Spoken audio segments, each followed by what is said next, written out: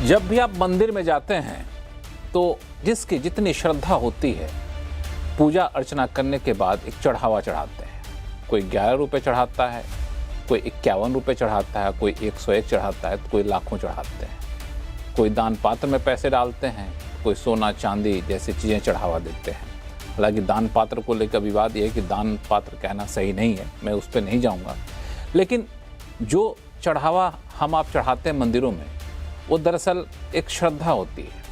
हम मान के चलते कि हम जो चढ़ावा चढ़ा रहे हैं वो किसी न किसी रूप में भगवान के पास जाएगा, चाहे धर्म से जुड़े काम में उसका खर्च किया जाएगा या फिर गरीबों के कल्याण के लिए इसका खर्च किया जाएगा। और जब इस चढ़ावे में गड़बड़ी के आरोप लगते हैं तो सिर्फ वो पैसा उस धन में गड़बड़ी का आरोप नहीं होता है, दरअसल हमारी आपकी आस्था को ठेस पहुंचती है।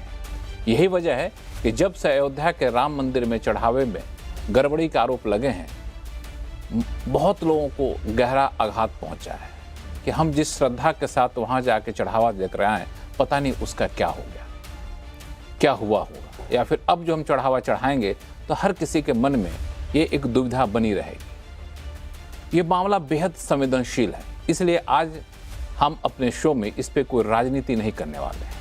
हालांकि चूंकि मामला अयोध्या के राम मंदिर से जुड़ा था तो राजनीति पिछले कई दिनों से काफ़ी लंबी चौड़ी हो चुकी है, लेकिन मेरे विचार से राजनीति का विषय नहीं है, ये श्रद्धा का विषय है, आस्था का विषय है और ये मामला बेहद संवेदनशील है। लेकिन इसकी व्यवस्था उतनी ही संवेदनहीन है। आमतौर पे ऐसे चढ़ावे की देखरेख की जिम्मेदारी ट्रस्ट को दी जाती है। सवाल उठता है कि ट्रस्ट को सिर्फ देखरेख करने भर की जिम्मेदारी होती है या फिर ट्रस्ट का उसके ऊपर मालिकाना हक हो जाता है।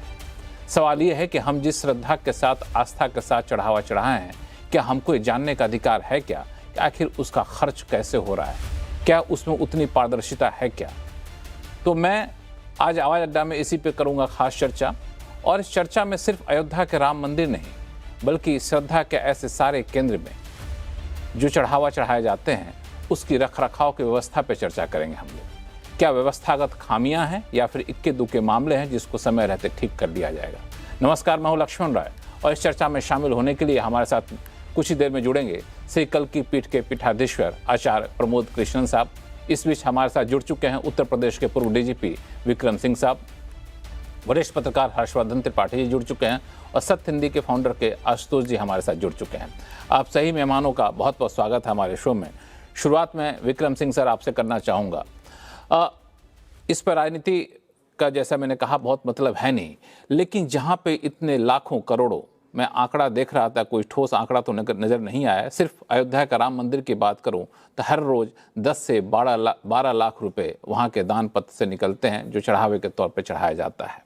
इतनी बड़ी रकम अलग अलग मंदिरों में उससे ज़्यादा बड़ी रकम चढ़ावे के तौर पर जाता है।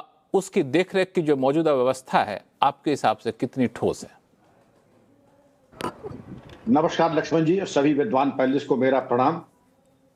इसमें व्यवस्था की बात कहां से आ गई मेरी समझ में नहीं आ रहा है। आप कहिए दुर्व्यवस्था कितने चरणों में की गई, और दुर्व्यवस्था का जब बेनकाब हुआ तो जिस बेशर्मी के साथ डैमेज कंट्रोल किया जा रहा है वो उससे भी ज्यादा दुर्भाग्यपूर्ण है। आपने दरअसल कोई इसके ऊपर कोई कार्य योजना, कोई एक्शन प्लान तो कुछ था नहीं। आपने इस तरीके कहते हैं कि अनाड़ी के हाथ में अस्तुरा पकड़ा दिया। सिक्योरिटी एक फुल टाइम जॉब है और उसके विशेषज्ञ होते हैं। आपने यही कहा, एक विद्वान पैनलिस्ट आपके चैनल पे आए तो उन्होंने कहा कि साहब सीसीटीवी तो लगे थे, लेकिन तो मैं कहा आपने सीसीटीवी क्या, आंख तो मुर्दे की भी होती है और आंख जीवित व्यक्ति की भी होती है, आंख एक कुशाग्र व्यक्ति की भी होती है। आपने दरअसल ये सुनिश्चित किया कि एक मुर्दे की आंख वहां पर लगा दे जिससे कि आपकी डकैती पूरी तरीके से चलती रहे। यह इत्तेफाकन नहीं हुआ, मैं चरणबद्ध तरीके से बताता हूं। करोड़ों का चढ़ावा आ रहा है, सुरक्षा व्यवस्था की आपने ऐसी लुंज पुंज व्यवस्था की कि वहां पे मालूम पड़ रहा था न सीसीटीवी काम कर रहा है, और खुला खेल फर्रुखाबादी। हम जा रहे हैं पैसे में जेब में भर करके, हम वॉशरूम में जाके रख रहे हैं, आने जाने का कोई सिलसिला नहीं। मेरी ये समझ में नहीं आता है कि आंतरिक विजिलेंस और आंतरिक जो सतर्कता होनी चाहिए उसमें मौलिक चीज ये है। कल तक आप टेम्पो चलाते थे, आज आपके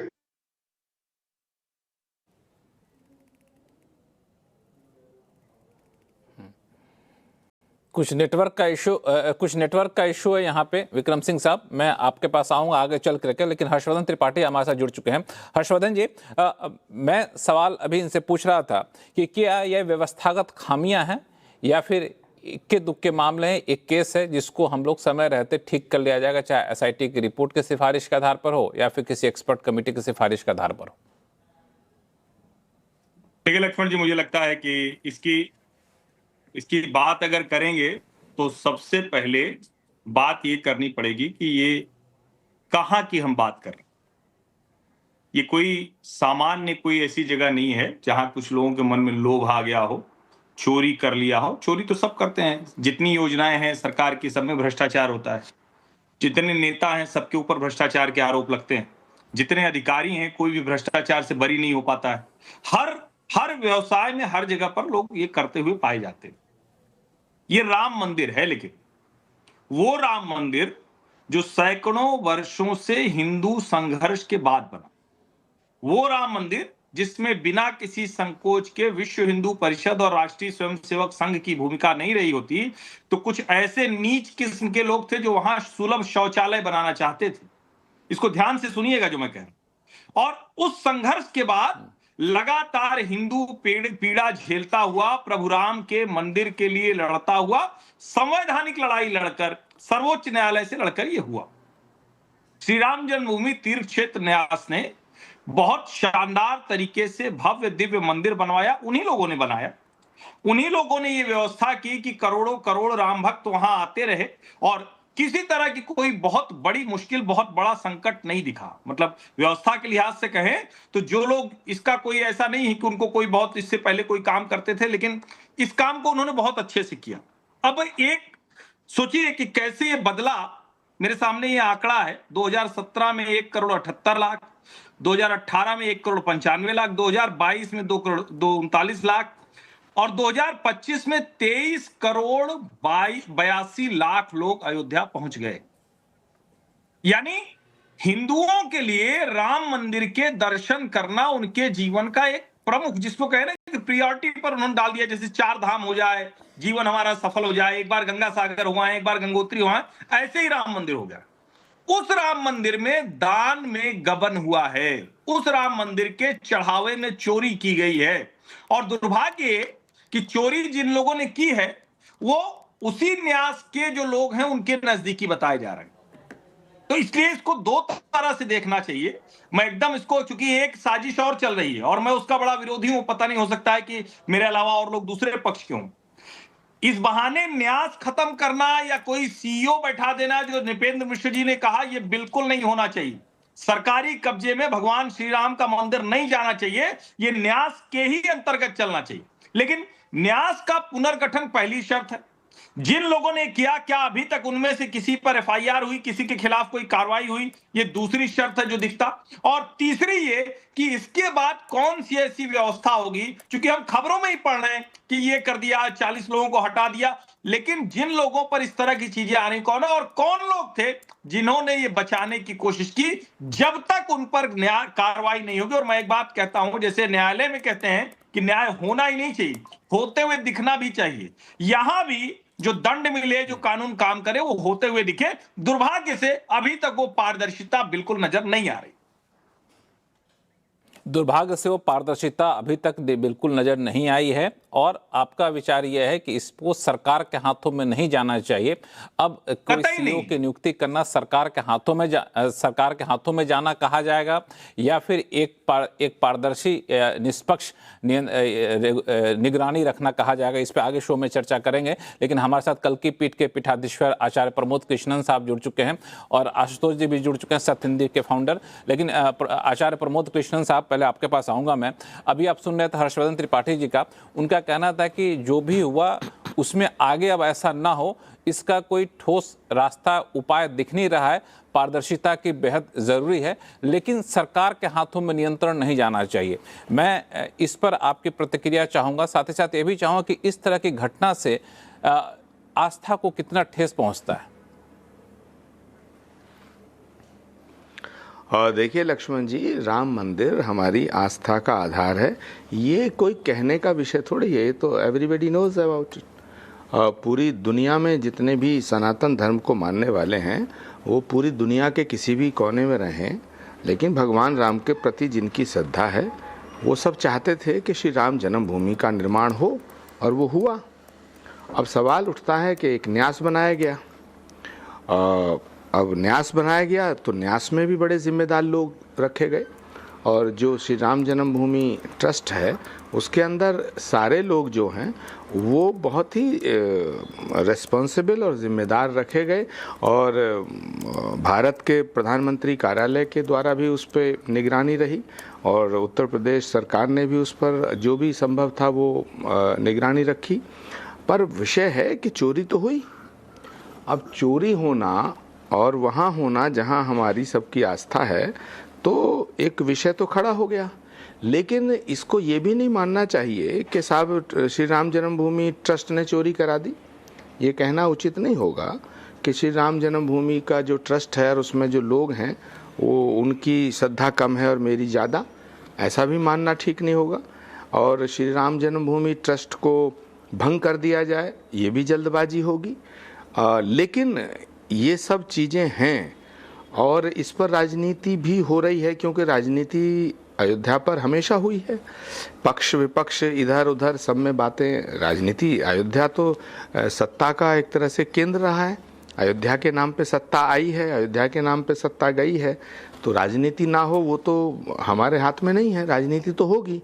कुछ लोग इसको मुख्यमंत्री आदित्यनाथ जी को टारगेट करेंगे, कुछ लोग उत्तर प्रदेश की सरकार के अधिकारियों को टारगेट करेंगे, कुछ लोग तो प्रधानमंत्री ऑफिस को भी टारगेट करेंगे। और वो लोग सब वो ही लोग हैं जिन्होंने राम मंदिर के निर्माण में उनकी कोई भूमिका नहीं रही, राम मंदिर के आंदोलन में उनकी कोई भूमिका नहीं रही, राम मंदिर के फंड कलेक्शन में उनकी कोई भूमिका नहीं रही, राम मंदिर का फैसला आए, डिले हो जाए, राम मंदिर ना बने, ये सब चीज़ें हुई हैं।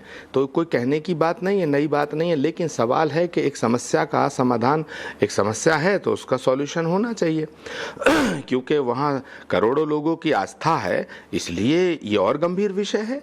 और चोरी हुई है, और जिन्होंने चोरी की है या जो चोरी कर रहे हैं, तो जो चौकीदार है, जो उसका पहरेदार है, जो उसका निगहबान है, तो सवाल उस पर उठेगा। अब ये जांच का विषय है, एसआईटी का गठन हो गया है। लेकिन मैं लक्ष्मण जी एक बात ये ज़रूर कहना चाहता हूँ कि श्री राम जन्मभूमि ट्रस्ट के जितने भी अधिकारी हैं, पदाधिकारी हैं, मैं उनके ऊपर उंगली नहीं उठा रहा हूँ, ना उनकी निष्ठा पे, ना उनकी श्रद्धा पे, ना उनकी कार्यकुशलता पे, ना उनकी कार्य क्षमता पे। लेकिन देश के अंदर और पूरी दुनिया में जो लोग ऐसे लोग हैं जो सनातन को मानते हैं और जो आस्थावान लोग हैं, उन सबके सामने एक बड़ा प्रश्न खड़ा हो गया है और उस पर उनकी आस्था को बड़ी ठेस पहुंची है। तो जैसा हर्षवर्धन जी ने कहा है कि न्याय होना चाहिए और न्याय हो रहा है, होता हुआ दिखना चाहिए, तो मैं श्री राम जन्मभूमि ट्रस्ट के तमाम पदाधिकारियों की निष्ठा पे कोई सवाल नहीं उठा रहा हूँ, उनकी श्रद्धा पे भी सवाल नहीं उठा रहा हूँ, लेकिन नैतिक जिम्मेदारी तो बनती है। और श्री राम जन्मभूमि ट्रस्ट हो या कोई भी धर्म स्थल का ट्रस्ट हो, उसमें सरकारी लोग जब जाते हैं और सरकारी लोगों को दायित्व दिया जाता है तो वो अपनी कार्य क्षमता के लिए, कार्य कुशलता के लिए जाने जाते हैं, निश्चित रूप से जाने जाते हैं। लेकिन उनकी उतनी श्रद्धा नहीं होती है जितनी श्रद्धा संत महात्माओं की होती है, जितनी श्रद्धा श्रद्धालुओं की होती है।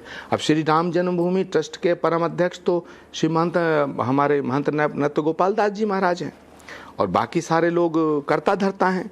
लेकिन नृत्य गोपाल दास जी के मुझे नहीं लगता कि फैसले उनके द्वारा हो रहे हैं या उनके द्वारा हुए। मुझे नहीं लगता कि वहाँ के अपॉइंटमेंट्स में उनकी राय ली जाती है या ली जाती होगी, मुझे लगता नहीं है, आई एम नॉट श्योर। और ये एक बड़ा सवाल है कि एक धर्म स्थल पर जहाँ करोड़ों लोगों की आस्था जुड़ी है, उस धर्म स्थल पर जहाँ करोड़ों लोगों ने अपनी नेक कमाई का हिस्सा दिया है, उस धर्म स्थल पर जहाँ करोड़ों रुपया आता है और वहाँ पर ऐसी घटना होना तो निश्चित ही एक बड़ा सवाल खड़ा करती है और इसका समाधान एसआईटी की जांच हो रही है, ठीक है, लेकिन इस एसआईटी की जांच से मुझे नहीं लगता कि कुछ ज़्यादा उम्मीद है। इसको तो सीबीआई की जांच होनी चाहिए, ईडी की जांच होनी चाहिए, क्योंकि ये बहुत बड़ा विषय है। ये इतना बड़ा विषय है, ये उन सब की आस्था और श्रद्धा पे कुठाराघात है जो लोग ये मानते हैं कि भाई भगवान का घर तो सुरक्षित है, भगवान का घर ही सुरक्षित नहीं रहेगा, वहीं चोरी हो रही है। तो ये तो बड़ा सवाल है, इसलिए इसको बहुत गंभीरता से लेना चाहिए। राजनीति करने वाले करें, हमें उससे कोई दिक्कत नहीं है, वो तो उनका धर्म है, वो तो उनका कर्तव्य है, टारगेट साधें। लेकिन हाँ, इसकी एसआईटी जांच, एसआईटी देखिए, एसआईटी का मैं 10 सेकंड में पूरा करूंगा। एसआईटी का गठन किसने किया है? उत्तर प्रदेश की सरकार ने। तो फिर सवाल खड़ा होगा, अगर मान लीजिएगा कोई निर्दोष व्यक्ति है, एसआईटी कहेगी ये फलां अधिकारी फलां व्यक्ति निर्दोष है, तो फिर विपक्ष कहेगा और देश की जनता के सामने एक और उलझन पैदा हो जाएगी कि साहब ये तो सरकार का था, इन्होंने तो ऐसे ही कहना था। तो इसकी निष्पक्ष जांच हो और ऐसी एजेंसी जांच करें। हालांकि सीबीआई पे भी सवाल उठ सकते हैं, ईडी पे भी सवाल उठते हैं, लेकिन फिर भी मैं चाहता हूँ, मेरी भावना है कि इसमें बहुत ही महत्वपूर्ण एजेंसी निष्पक्षता से जांच करे। जो जांच हुई है उसका फैसला जब आए तो देश के सामने ये बात हो कि वाकई इसकी निष्पक्ष जांच हुई है और जिन्होंने गुनाह किया है उन्हीं को सज़ा मिलनी चाहिए, जिन्होंने गुनाह नहीं किया है उनको सज़ा नहीं मिलनी चाहिए। बिल्कुल। दरअसल आचार्य जी, इसमें मैं थोड़ा सा एक कदम आगे जाना चाहता हूं, क्योंकि जो गुनाह किया उनको सज़ा मिलेगी, जो बेगुनाह है वो इसमें न पिस जाए, ये सुनिश्चित किया जाए। लेकिन क्या व्यवस्थागत बदलाव की ज़रूरत है क्या? इस पर मैं आपके पास आऊँगा आचार्य जी। हमारे साथ आशुतोष जी जुड़ चुके हैं, अभी भी जुड़े हैं शो में। आशुतोष जी, हम लोग चर्चा कर रहे हैं कि इस पूरे मामले से एसआईटी तो अपनी जाँच करके लाएगी, लेकिन क्या व्यवस्थागत कुछ बदलाव की ज़रूरत है कि नहीं? एसआईटी की जो सिफारिशें आएंगी, दोषी को सज़ा दे दिया जाएगा, फिर चीज़ें सबक सीखते हुए बदस्तूर चलती रहेंगी अच्छे तरीके से? देखिए लक्ष्मण जी, मुझे लगता है कि मीठी मीठी बातें करने से तो यहां काम चलेगा नहीं। हकीकत क्या है? हकीकत यह कि ये मंदिर श्रद्धालुओं का है, राम भक्तों का है, या किसी संगठन का है? जो बुनियादी सवाल है उसके ऊपर तो हम बात ही नहीं करना चाहते। और ऐसा लग रहा है जैसे कि राम मंदिर जो है किसी एक खास संगठन का है और उसके लोग ही इसको चलाएंगे और उसके लोग जैसा चाहेंगे वैसा करेंगे। यह है बुनियादी प्रश्न। और उस पर अगर कोई सवाल खड़ा करेगा या कोई इस पर कोई आपत्ति दर्ज कराएगा या कहीं चोरी की बात आएगी और अगर कोई कहेगा तो बोले आप लोग तो राजनीति कर रहे हैं इस पे। सबसे बड़ी बात है, ये पहला वाकया नहीं है, ये तीसरा वाकया है। जो महिपाल सिंह अकाउंटेंट थे, उन्होंने 2020-21 में भी इस ओर इशारा किया था, बल्कि यह कहा था कि यहां पे चढ़ावे पे जो पैसा है उसकी चोरी की जा रही है। जो इसके ट्रस्टी के लगभग सर्वे सर्वा चंपत राय जी से इस बारे में उन्होंने शिकायत दर्ज कराई थी। उसके बाद क्या हुआ? जब राम मंदिर का उद्घाटन होने वाला था उसके पहले इस बात की सब जगह जानकारी थी, खबरें आई, लेकिन उसका क्या हुआ कि जमीनें औने पौने दामों में बेची गई और ट्रस्ट से जुड़े हुए लोगों ने बेची। एक दिन के अंदर न जाने कितने गुने कौड़ियों को खरीदे और करोड़ों में बेचा गया। उस जांच का क्या हुआ आज तक पता नहीं चला। और अब तीसरी बार ऐसा हो रहा है, तो इस जांच में कुछ निकलेगा मुझे कोई उम्मीद तो है नहीं। तो पहली बात यह है कि भाई क्या ये मंदिर श्रद्धालुओं का है, भक्तों का है, या किसी एक संगठन ने तय कर लिया है कि उनकी निजी प्रॉपर्टी है? पहले यह तय होना चाहिए। जब तक ऐसे लोगों के चंगुल से मंदिर को नहीं निकाला जाएगा, इसको इंडिपेंडेंट श्रद्धालुओं के माध्यम से इसका मैनेजमेंट नहीं होगा जैसे कि बाकी के मंदिरों में होता है, तब तक यहां किसी तरीके के इंसाफ न्याय की उम्मीद आप मत करिए। और ये जिस तरीके से किया गया है, कायदे से ऐसे लोगों के खिलाफ, अब तक तो एफआईआर दर्ज होनी जानी चाहिए। कहीं और मामला होता उत्तर प्रदेश के अंदर तो न केवल एफआईआर दर्ज हो गई होती, बल्कि लोगों को गिरफ्तार कर लिया गया होता, उनके घरों को बुलडोज कर दिया गया होता। और यहां अभी तक सरकार सिर्फ एसआईटी गठित करके इस बात का इंतजार कर रही है कि कुछ निकलेगा। निकलेगा कैसे इसमें? क्यों निकलेगा? बिल्कुल नहीं निकलेगा, क्योंकि जो लोग इन्वॉल्व हैं वही लोग तो जांच करा रहे हैं वहां पे। कैसे निकलेगा इसमें से कुछ? मुझे तो कोई उम्मीद नहीं है। अब मैं नाम नहीं लेना चाहता हूं संगठनों का, लेकिन हकीकत क्या है, हकीकत सब लोग जानते हैं, सबको मालूम है। ऊपर से नीचे तक जिन जिन लोगों के आरोप लगे हैं, जिनके ऊपर गंभीर आरोप लगे हैं, और जिसने आरोप लगाए हैं वो सब कहां के रहने वाले लोग हैं। तो ये सब लिपापोती की जा रही इस पूरे मसले पे। अभी तक न एफआईआर दर्ज हुई है ना। आशुतोष जी का नेटवर्क शायद कमजोर। या तो धार्मिक जो गुरु लोग हैं, या तो वो चलाएं उसको, या प्रोफेशनल्स लोग चलाएं, जैसे कि बाकी तिरुपति का मंदिर चलता है वैसे चलें। और अगर कुछ लोग इसको अपनी प्रॉपर्टी मान के चल रहे हैं क्योंकि उन्होंने इस आंदोलन को लीड किया और उन्हीं लोगों को जिम्मेदारी दे दी गई, तो फिर अपने हिसाब से चलाएंगे, जो जहां प्रोफेशनलिज्म का वो होगा। ठीक है, ये दो सवाल आपने उठाए हैं यहाँ पे आशुतोष सर। मैं दरअसल इन दोनों सवालों पे मैं बाकी अपन पैनलिस्ट की राय ले लेता हूँ। पूर्व डीजीपी विक्रम सिंह साहब से नेटवर्क बीच में चला गया था। विक्रम सिंह साहब, आपने सुना आशुतोष जी के दो सवाल हैं कि ये इसको चलाने का अधिकार किसको दिया जाए, श्रद्धालुओं की तरफ से जो लोग हैं उनको दिया जाए, या फिर कुछ लोग अपनी प्रॉपर्टी मान बैठते हैं जैसा उनका आरोप है उस तरह से दिया जाए। इनको बहुत ज़्यादा एसआईटी से उम्मीद भी नहीं है, भरोसा भी नहीं है। इस पर मैं बाकी आचार्य जी से भी और हर्षवर्धन जी आपकी भी राय लूंगा, लेकिन पहले विक्रम सिंह साहब आप। लक्ष्मण जी, बिल्कुल स्पष्ट है कि किसी भी आपराधिक कृत्य के बाद एफआईआर होनी चाहिए। एसआईटी केवल जांच कर सकती है, इन्वेस्टिगेट नहीं कर सकती है। मैं ये जानना चाहूंगा अब तक polygraph test, lie detector test क्यों नहीं हुआ, और जो साइंटिफिक एड्स जो इन्वेस्टिगेशन हो सकते हैं, फॉरेंसिक्स, वो क्यों नहीं हुए? क्योंकि एसआईटी के स्कोप के बाहर की चीज है। पहले एफआईआर कीजिए, उसके बाद जो बाकी चीजें कीजिए। रही बात सिक्योरिटी की, ये एक फेल प्रूफ और फूल प्रूफ व्यवस्था हम क्यों नहीं कर पाए? हम कर सकते थे, हमने किया नहीं। और क्यों नहीं किया, ये यक्ष प्रश्न नहीं है, ये साफ है किसी को लाभ पहुंचाने की नियत से। मेरे शब्द कटु हो सकते हैं, लेकिन हमने एक एक फॉल्ट लाइंस को अनदेखी की और हमने बाढ़ का पानी नाक और आंख तक आने दिया। क्यों आने दिया? किसके लिए मुरव्वत थी? आप ये कहते ये बिल्कुल बेदाग और निष्कलंक और निष्पाप है। जरूर होंगे। आपके नीचे सुल्ताना और मान सिंह कैसे पल रहे हैं, और अगर सुल्ताना मान सिंह पल रहे हैं तो आपकी नैतिक और लीगल जिम्मेदारी भी है। आपके ऊपर कार्रवाई होनी चाहिए, जो भी कोई हो। मैं किसी के ऊपर उंगली तो उठाना मेरा काम है ही है, क्योंकि मैं ये कहूंगा जिसकी जिम्मेदारी थी कि बिल्कुल फेल प्रूफ फूल प्रूफ सुरक्षा दे नहीं करा पाए, तो आप भी जिम्मेदार है बराबर के। और इसके लिए कोई रॉकेट साइंस नहीं है। आप एआई एनेबल्ड सिस्टम जो हमारे आ गए हैं, मशीन लर्निंग वाले, और इंटेलिजेंट सीसीटीवी सिस्टम्स लगा दें। बहुत जगह लगे, तिरुपति में लगी थी, लेकिन तिरुपति में भी चोरी की घटनाएं हो चुकी हैं, लेकिन वो बात 10 साल पुरानी हो गई। आज की व्यवस्था देखें तो इंटरनेशनल बेस्ट प्रैक्टिसेस हैं, हम उनको इंप्लीमेंट करें। लेकिन जो वर्तमान व्यवस्था है उसके बस की ये बात नहीं है कि इंटरनेशनल बेस्ट प्रैक्टिसेस को इंप्लीमेंट कर सके। दरअसल हर्षवर्धन जी, मेरा सवाल यही है कि हम व्यवस्था को कैसे फुल प्रूफ बनाएं। ठीक है, जो हुआ एसआईटी जांच करेगी, दोषियों को सजा देगी, व्यवस्था को कैसे फुल प्रूफ बना सकते हैं? ठीक है लक्ष्मण जी, मुझे लगता है इसमें कोई बहुत रॉकेट साइंस नहीं है। लेकिन सबसे पहले तो ये कि जिन लोगों को ये लग रहा है कि इस बहाने से संघ विश्व हिंदू परिषद पर हमला करें, तो मुझे लगता है कि वो भी नियत का सवाल। राम मंदिर में जिन लोगों को सुलभ शौचालय से लेकर और जाने क्या क्या उस भूमि पर बनाना था, ऐसे लोग ढेर सारे घूम रहे हैं और उनका हर्ष भी है। अभी अरविंद केजरीवाल जाने वाले हैं वहां पर, जिनकी नानी कहा करती थी कि हमारा राम तो रह ही नहीं सकता है बेटा।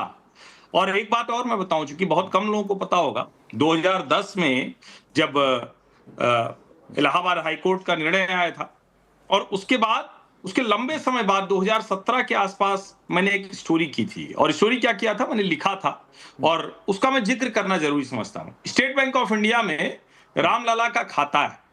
जानते हैं उसके खाते में कितनी रकम थी? मात्र 5 लाख रुपए। सरयू पर जो आरती होती थी उसके लिए क्या इंतजाम होता था जानते हैं?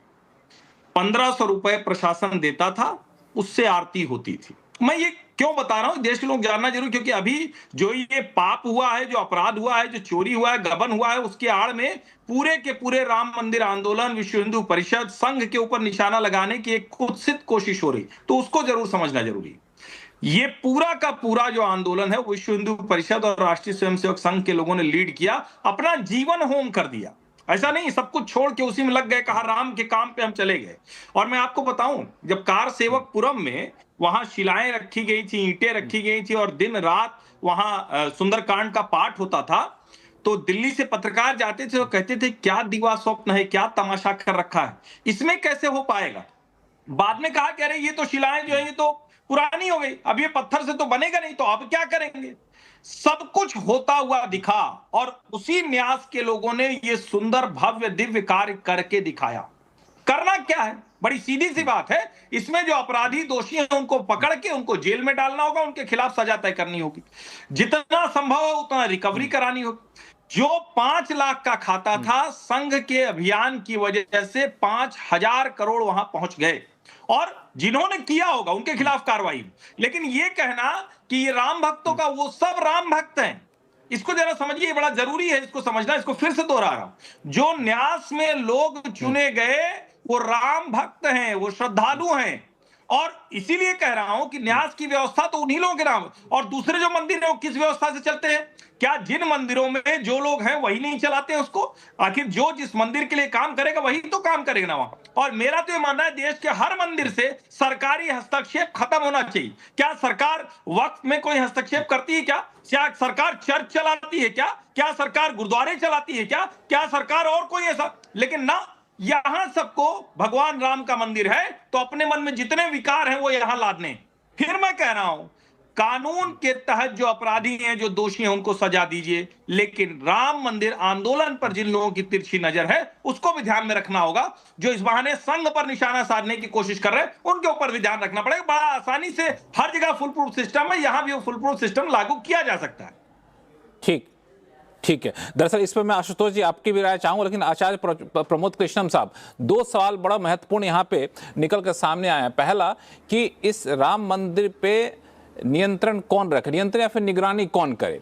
जो न्यास जो पूरे राम मंदिर आंदोलन में काफी बढ़ चढ़कर सक्रिय भूमिका निभाया, वो भी राम भक्त हैं, तो वो देख रहे हैं, तो उसमें दिक्कत क्या है? इसके बहाने आप पूरे आंदोलन करने वाले लोगों के ऊपर, आरएसएस के ऊपर, स्वयंसेवक के ऊपर आप सवाल उठाएंगे तो ये सही नहीं होगा। और दूसरे धार्मिक प्रतिष्ठानों पर तो सरकार का दखल होता नहीं है। हर्षवर्धन जी ने अभी अलग अलग धार्मिक संस्थानों का जिक्र भी किया, तो यहाँ पे क्यों ऐसी व्यवस्था पर विचार किया जाए?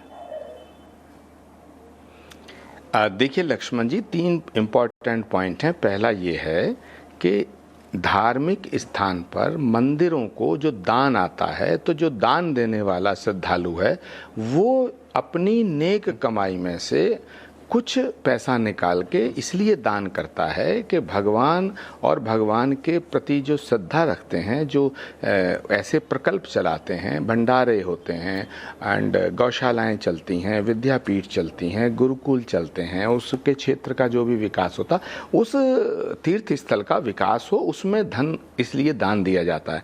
उस धन को के रखरखाव के लिए एक व्यवस्था कायम की जाती है। तो वो इसलिए दान नहीं देते कि उनके उस दान से हॉस्पिटल बना दिया जाए या कोई रेलवे स्टेशन बना दिया जाए या पुलिस थाना बना दिया जाए या कोई कॉलेज बना दिया जाए। बिल्कुल मैं इससे सहमत नहीं हूँ। इसीलिए जो धार्मिक स्थल हैं, तीर्थ स्थान हैं, सरकार के नियंत्रण से वो बाहर होने चाहिए। क्योंकि सरकार का नियंत्रण क्यों हो?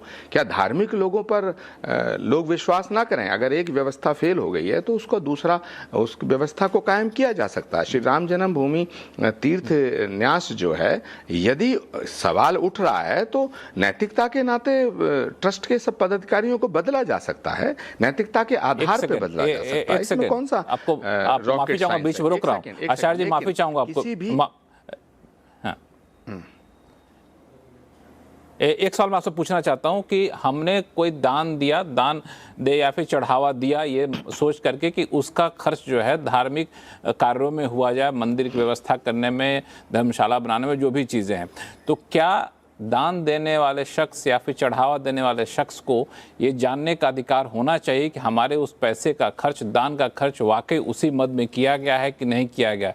दूसरे शब्दों में पारदर्शी होना चाहिए कि नहीं व्यवस्था इससे बेहतर?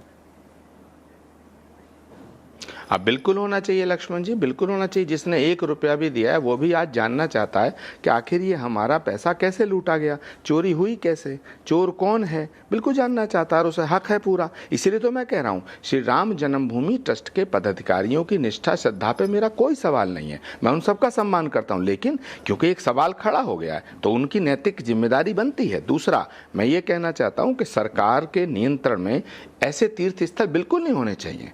बिल्कुल वो स्वायत्त संस्था की तरह काम करना चाहिए। जब ट्रस्ट है तो ट्रस्ट किसी एक्ट के तहत बना है तो वो ट्रस्ट अपने हिसाब से काम करेगा। तो आज जो ट्रस्ट के पदाधिकारी हैं वो पदाधिकारी बदले जा सकते हैं, क्योंकि अगर किसी हॉस्पिटल में कोई डॉक्टर एक गलती कर देता है तो पूरे हॉस्पिटल को थोड़ी बदनाम करेंगे आप, लेकिन वो हॉस्पिटल ऑटोमेटिक बदनाम हो जाता है। यदि कोई एक पुलिस अधिकारी भ्रष्ट है तो पूरी पुलिस डिपार्टमेंट को थोड़ी खत्म कर देंगे। ऐसे लोग, अगर हमारी बहुत सी ऐसी सेनाएं, बहुत से ऐसे बल हैं, सशस्त्र बल हैं जिनमें विदेशों की जासूसी लोग करते हैं, तो पूरी हम उसके सेटअप को खत्म थोड़ी कर देते हैं। प्रश्न ये पैदा होता है, मगर एक सवाल उठा है उसका जवाब चाहिए। अब कुछ लोग इसको टारगेट जो कर रहे हैं तो मैं उनसे पूछना चाहता हूं कि भाई श्री राम जन्मभूमि ट्रस्ट में जो लोग हैं, श्री राम जन्मभूमि ट्रस्ट, अभी सवाल उठा कि साहब वो श्रद्धालुओं का है या किसी प्राइवेट संस्था का है। भाई वहाँ प्राइवेट संस्था क्या है? विश्व हिंदू परिषद है, विश्व हिंदू परिषद है, या आरएसएस को आप टारगेट करना चाहते हो? आरएसएस ने राम मंदिर निर्माण में जो भूमिका अदा की है उसको नज़रअंदाज नहीं किया जा सकता। लेकिन आरएसएस कहाँ कह रही है कि हमारा इस पर कब्जा बना रहे?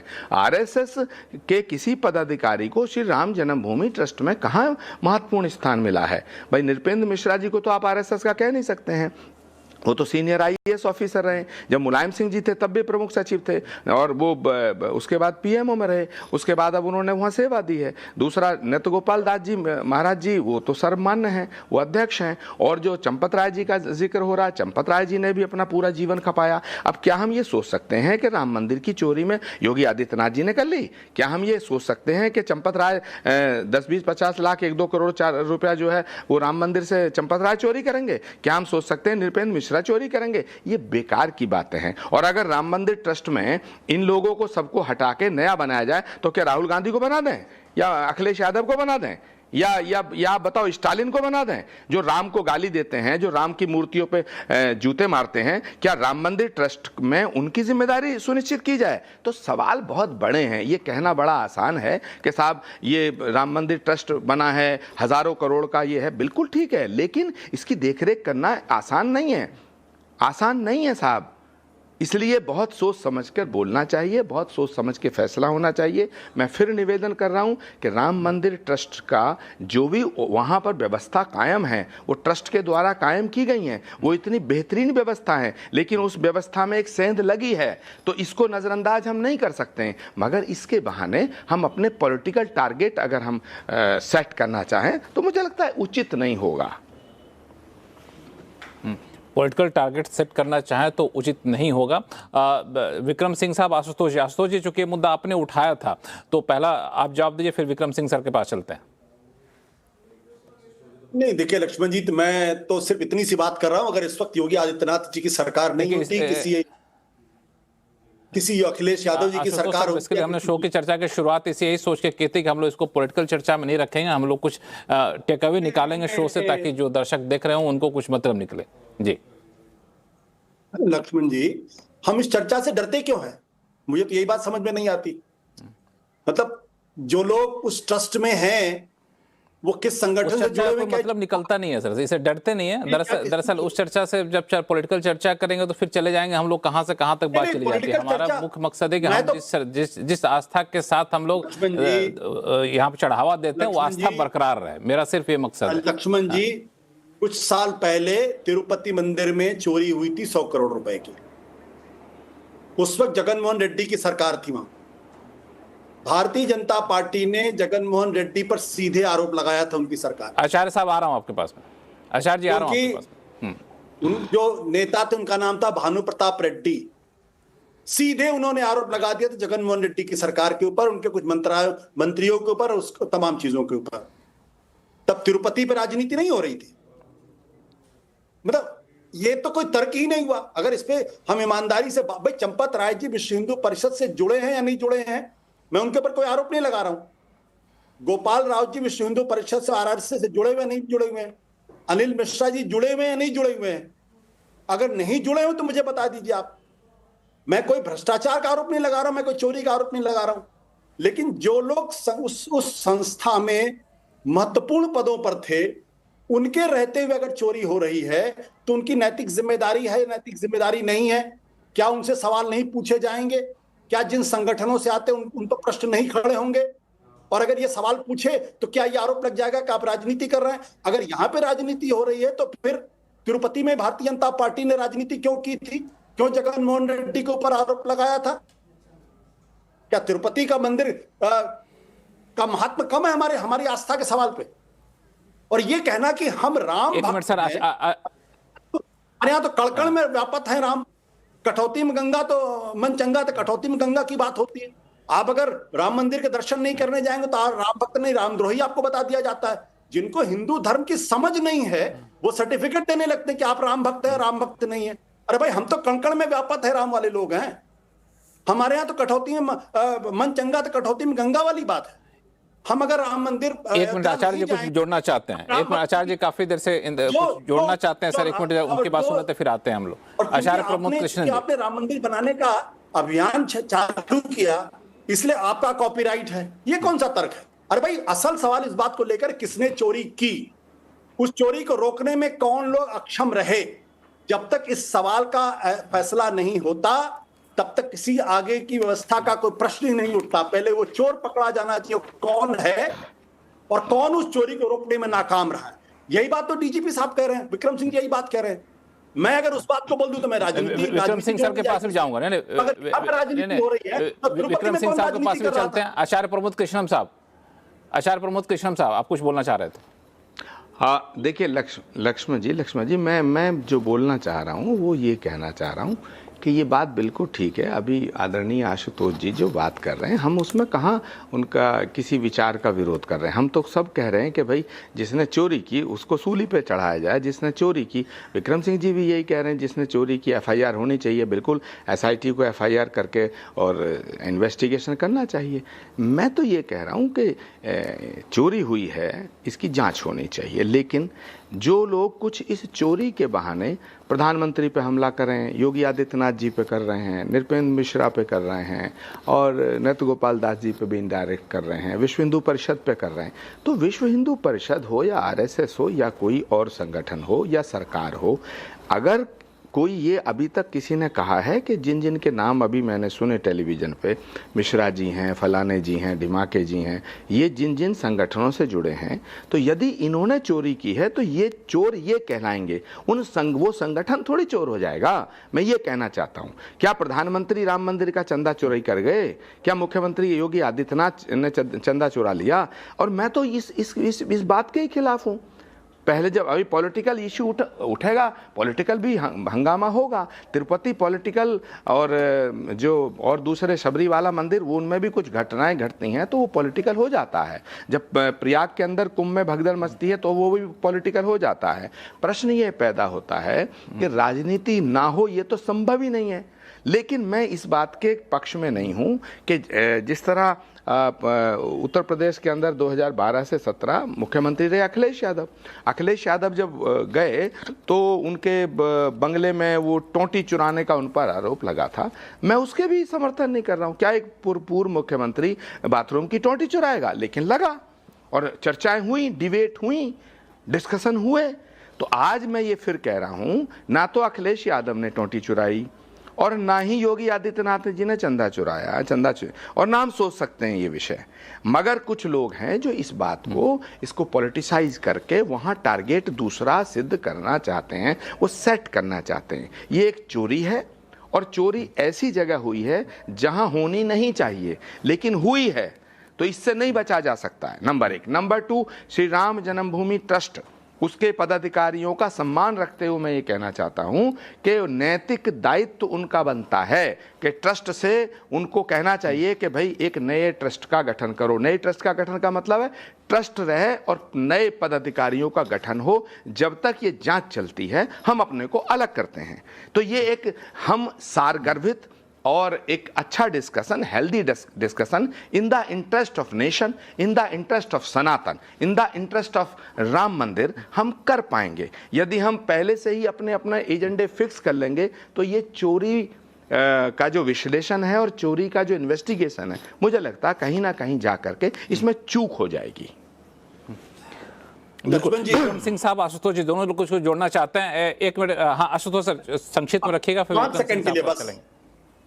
हाँ, मैं 5 सेकंड के लिए। देखिए, विनय कटियार तो राम जन्मभूमि आंदोलन के शुरू से जुड़े हुए हैं, बल्कि इस लड़ाई के, इस अभियान के सबसे बड़े योद्धाओं में से एक हैं विनय कटियार। विनय कटियार का इंटरव्यू बयान एक बार आप चला के देखिए, उसके बाद आपको पता चल जाए किस पर आरोप। वो तो कह रहे हैं सब चोर हैं, ट्रस्टी के सारे लोगों पर विनय कटियार जी कह रहे हैं सब चोर हैं। भाई विनय कटियार तो कोई मामूली आदमी नहीं है ना। उनके राम भक्ति पर तो कोई प्रश्न नहीं खड़ा हो सकता है। वो क्यों इस तरीके की बातें कर रहे हैं? विक्रम सिंह साहब, हाँ विक्रम सिंह साहब। लक्ष्मण जी, मैं बिना किसी राजनीतिक दल व्यक्ति का नाम लिए मैं कह रहा हूं, क्रिमिनल जूरिस्प्रूडेंस के कुछ मौलिक सिद्धांत हैं। दोष निर्धारित कीजिए और उस तदनुसार कानून के हिसाब से कार्रवाई कीजिए। इसमें तो कोई बड़ी बात है नहीं, वो कोई भी हो। इसमें अगर कोई हमारे विद्वान पैनलिस्ट को मतभेद हो तो हाँ या ना में जवाब दे दे कि अगर मतभेद हो तो मुझे क्यों मतभेद है साहब। The king can do no wrong. अगर किसी ने गलती की है तो क्रिमिनल जूरिस्प्रूडेंस के हिसाब से कार्रवाई होनी चाहिए, त्वरित कार्रवाई होनी चाहिए, इन्वेस्टिगेशन के माध्यम से, एसआईटी के माध्यम से नहीं।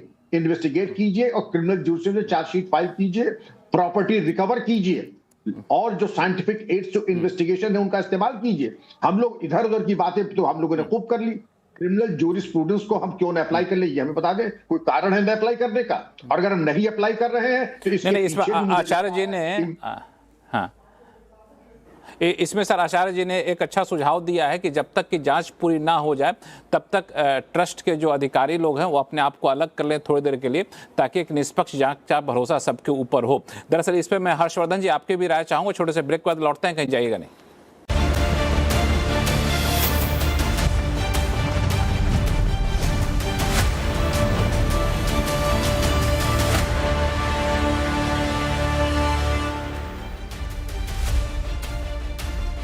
ब्रेक के बाद आपका फिर से आपका स्वागत है। हम लोग चर्चा कर रहे हैं कि राम मंदिर में चढ़ावे पे जो विवाद हुआ उसका क्या निष्कर्ष या कैसे निराकरण क्या किया जाए ताकि लोगों की आस्था बनी रहे वहाँ पे और ऐसी घटना दोबारा ना हो। अलग अलग सुझाव निकल कर सामने आए। हर्षवर्धन त्रिपाठी साहब, 2 सवाल आपसे हैं, बहुत सीधा सा सवाल कि जैसा क्या आचार्य प्रमोद कृष्णन साहब ने कहा कि जब तक कि जाँच पूरी नहीं हो जाती, एसआईटी की रिपोर्ट नहीं आ जाती, ट्रस्ट के लोगों को साइड हो जाना चाहिए कि जब तक रिपोर्ट नहीं आती हम अभी नहीं रहेंगे।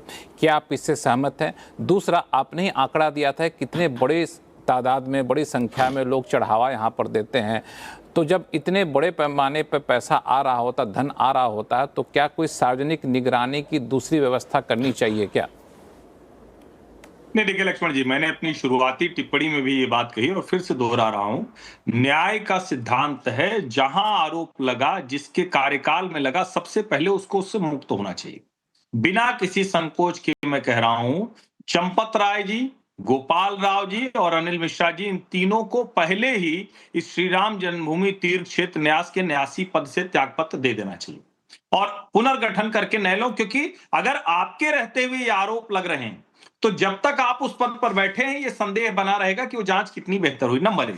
नंबर 2, ये प्रतिदिन का रिकॉर्ड क्यों ट्रांसपेरेंसी के साथ नहीं बताया जा सकता, इसका मुझे कोई आधार नहीं दिखता। प्रतिदिन शाम को जब गिनती होती है, गिनती हुई वहीं पर पता चले और उसको अगर किसी एक तय व्यवस्था के तहत उसको सार्वजनिक कर दिया जाए, जो देश के कई मंदिरों में होता है, तो इसमें कोई समस्या नहीं। हम लोग देखते हैं सांवलिया सेठ का मंदिर है राजस्थान में, क्या दिखता है कि कितना धन आया, कितनी संपत्ति आई, कितने गहने आए। तिरुपति का दिखता है, शिरडी साईं का दिखता है, मुंबई के सिद्धिविनायक का दिखता है, सबका दिखता है। और पारदर्शिता एक ऐसी चीज है जिसके बाद सब कुछ दुरुस्त हो सकता है। जहां तक रही बात इसकी कि क्या इसके बाद और प्रोफेशनल तरीका कोई, देखिए मैं राम मंदिर भी देखा, मैंने काशी विश्वनाथ भी देख रहा हूं, तिरुपति भी गया हूं, देश के हर मंदिर में गया हूं। राम मंदिर में पहले दिन से इतनी शानदार व्यवस्था है, देश के किसी और मंदिर से बेहतर व्यवस्था है वहां। श्रद्धालुओं के लिए, श्रद्धालुओं की सुविधा के लिहाज से, भीड़ के मैनेजमेंट के लिहाज से, हर तरह की स्थिति में है। जितने भी दूसरे मंदिर हैं उन सब में आदर्श स्थिति में है। तो ऐसा नहीं है कि ये जो चलाने वाले लोग थे ये प्रोफेशनल तरीके से वो काम नहीं कर पा रहे, लेकिन उसके बावजूद कुछ लोगों ने दुरुपयोग किया अपने स्थान का। राम मंदिर में जो दान दिया गया, चढ़ावा चढ़ाया गया, उसमें चोरी की है। ये बेहद गंभीर मसला है, उनके खिलाफ एफआईआर की जाए और उनको कड़ी से कड़ी सजा दी जाए। बाकी मेरा स्पष्ट मानना है कि व्यवस्था ये ऐसा नहीं कि कोई व्यवस्था गड़बड़, व्यवस्था में कुछ लोगों ने गड़बड़ की है। अभी जो बात हो रही थी ना कि ऐसे थोड़ी ना होगा कि मान लीजिए कि एक जगह कुछ हो गया तो आप पूरा का पूरा सबको खत्म कर दें, हटा दें, ऐसा तो नहीं होता है ना। आप उस व्यवस्था को दुरुस्त करते हैं, जिस जगह गड़बड़ है उसको आउट करेंगे। मुझे लगता है उसकी जरूरत है। बिल्कुल। आचार्य प्रमोद कृष्णम साहब, बड़ा अच्छा सुझाव हर्षवर्धन जी ने दिया कि जो भी आपको दान आ रहा है या फिर चढ़ावा आ रहा है, क्यों ना हर रात में या फिर एक तय समय सीमा के बाद उसकी गिनती करके सार्वजनिक कर दिया जाए कि हाँ, आज चढ़ावे में इतनी संपत्ति आई है। और मैं तो एक कदम और आगे जाऊंगा कि उन संपत्ति का महीने या साल भर में ब्यौरा दिया जाए कि इन संपत्ति का खर्च इन मदों में किया गया है, ताकि हमें भी संतुष्टि को, हम जो पैसा चढ़ा करके आए हैं उसका खर्च किस मद में हुआ और कितना अच्छे से हुआ है। लक्ष्मण जी, एक बात तो मैं साफ कर दूं कि ये चोरी बहुत चिंताजनक और चिंतनीय है, और इसमें श्रद्धालु सब ये जानना चाहते हैं कि आखिर श्री राम जन्मभूमि में चोरी किसने की। लेकिन श्री राम जन्मभूमि और श्री राम मंदिर के प्रति इस चोरी से लोगों की आस्था में कोई कमी आएगी, ये गलतफहमी ना पालनी चाहिए। राम हमारे आराध्य हैं, और जो भी भगवान राम के मंदिर को बनता हुआ देखना चाहते थे उन्होंने देखा है, और वो ये चढ़ावा, दान देना, ये विषय श्रद्धा का है, और ये श्रद्धा में कोई कमी आएगी या आई है, मैं इससे सहमत नहीं हूँ। दूसरी बात, ये जो आप कह रहे हैं कि उसमें पारदर्शिता होनी चाहिए, तो कोई भी ट्रस्ट जब काम करता है तो उसके नियम कायदे, कितने बजे ऑडिट, कब ऑडिट होना है, कितने बजे दान पत्र खुलना है, कितने बजे ये खुलना है, क्योंकि ये व्यापक एक व्यवस्था है और उसको हम यहाँ बैठ के डिसाइड नहीं कर सकते हैं। लेकिन एक बात जो इम्पॉर्टेंट है, सबसे बड़ी वो इम्पॉर्टेंट बात मैंने जो कही है कि जब तक ये जांच चल रही है तो सवाल उठा है बहुत बड़ा, वो भी श्री राम जन्मभूमि के मंदिर पर सवाल उठा है, उसके दान की चोरी हुई है। तो भगवान राम, मर्यादा पुरुषोत्तम भगवान राम, जिन्होंने ये एक सवाल उठने पे माता सीता को भी राजमहल से दूर करने का फैसला लिया, कितना पीड़ादायक फैसला होगा वो। लेकिन ये मर्यादा पुरुषोत्तम भगवान श्री राम ही हैं जिन्होंने ये फैसला किया, क्योंकि राजा राम के रूप में कोई व्यक्ति के मन में यदि संदेह हो तो उसको मिटाना राजा का कर्तव्य होता है। इसी तरह यदि ये चोरी का मामला उठा है तो श्री राम जन्मभूमि ट्रस्ट के सम्मानित पदाधिकारियों को जब तक जांच चले स्वेच्छा से ये प्रस्ताव देना चाहिए, नैतिक दायित्वों का निर्वहन करते हुए उन्हें अपने पदों पे नहीं बने रहना चाहिए। ये मेरा मानना है, मैं कोई फैसला करने वाला तो हूँ नहीं, मेरी सोच है। यदि उनकी जगह मैं होता तो मैं हट गया होता। डीजीपी साहब, विक्रम सिंह साहब। जी, मैं यही कहूंगा कि साहब देखिए, मौलिक प्रश्न है कि दान में चोरी हुई है, ना मैं आस्था की बात करूंगा ना राजनीति की बात करूंगा, और इसके ऊपर बिल्कुल इसका निराकरण होना चाहिए। और हमेशा there is a best internal audit, external audit, और हम जहां इच्छा शक्ति होती है वहां बिल्कुल हो सकता है। लेकिन हमने जो इनबिल्ट फॉल्ट लाइंस डाल दी थी, जब मैं कह रहा हूं मैं, तो जो प्रबंधन तंत्र था उसने क्यों नहीं चेक किया? उन लोगों को जिनके ऊपर ये सामर्थ्य नहीं था, ये कैपेसिटी नहीं थी, उनको क्यों जिम्मेदारी दी? मिनरल एंड मेटल्स कॉर्पोरेशन आया था कि जो धातु होंगे, सोने चांदी आदि, उनका मूल्यांकन करेगी, 15 दिन के बाद उनको क्यों वापस कर दिया? ये तमाम फॉल्ट लाइंस हैं जिनको एड्रेस करके आपको अभेद्य सुरक्षा व्यवस्था सुनिश्चित करनी है। मौलिक बात सुरक्षा की है, ना हम आस्था की बात करेंगे ना राजनीति की बात करेंगे।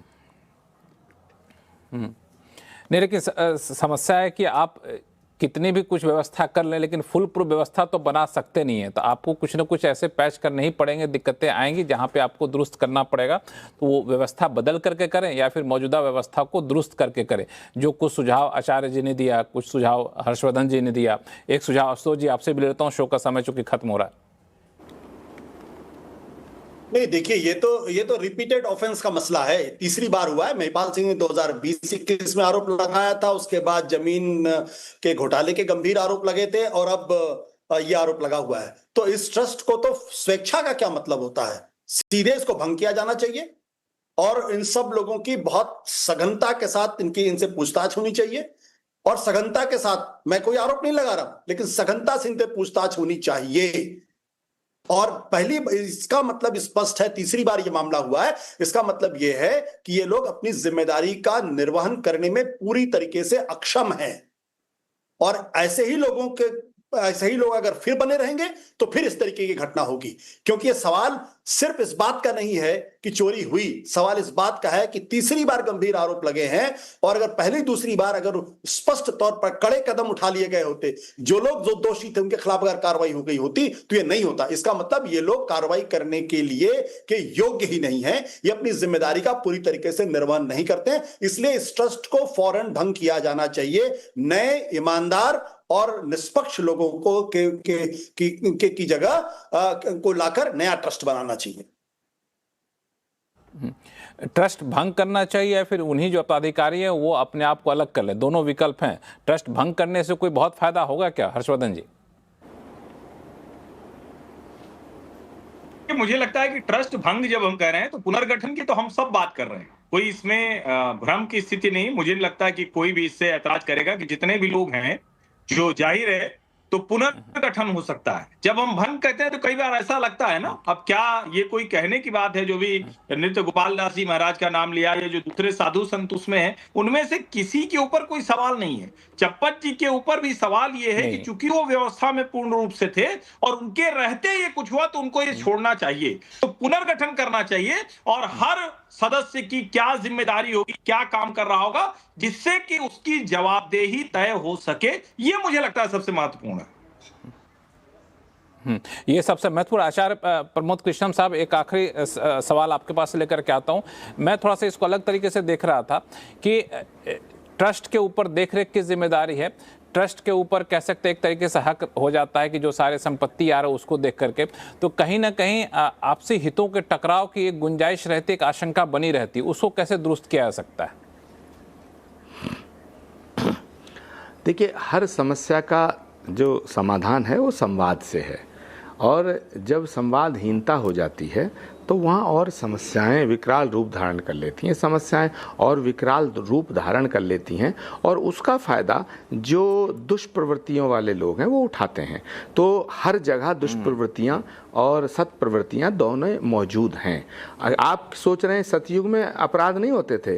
होता था, सतयुग में भी अपराध था, त्रेता युग में भी अपराध था। अगर त्रेता युग में अपराध नहीं होता तो उस समय रावण को वेश बदल करके सीता माँ का हरण करने की क्या जरूरत थी? तो प्रश्न ये पैदा, द्वापर में भी अपराध थे, द्वापर में भी झूठ फरेब करके पांडवों को हराया गया, षड्यंत्र किया गया, छल प्रपंच रचा गया, जुए की एक वो सजाई गई, चौसर सजाई गई, उसमें पांडवों को हराया गया। फिर लाक्षागृह का कांड हुआ तो द्वापर युग में भी थे। ये तो घोर कल युग है महाराज। यहाँ तो कदम कदम पे षड्यंत्र हैं, और यहाँ कदम कदम पे धोखे हैं, और यहाँ कदम कदम पे जो बुरे लोग हैं वो भी सिद्ध करना चाहते हैं। अब जिन लोगों की राम मंदिर में आस्था ही नहीं है, वो राम की मंदिर की चोरी की जांच करने की बात कर रहे हैं। जो लोग राम मंदिर का निर्माण होते हुए नहीं देखना चाहते थे, वो कह रहे हैं साहब ट्रस्ट को भंग कर दो। अरे भाई, ट्रस्ट ने थोड़ी चोरी करी है। ऐसे ही बहुत सी चीज़ें हैं, इनको देखना पड़ेगा।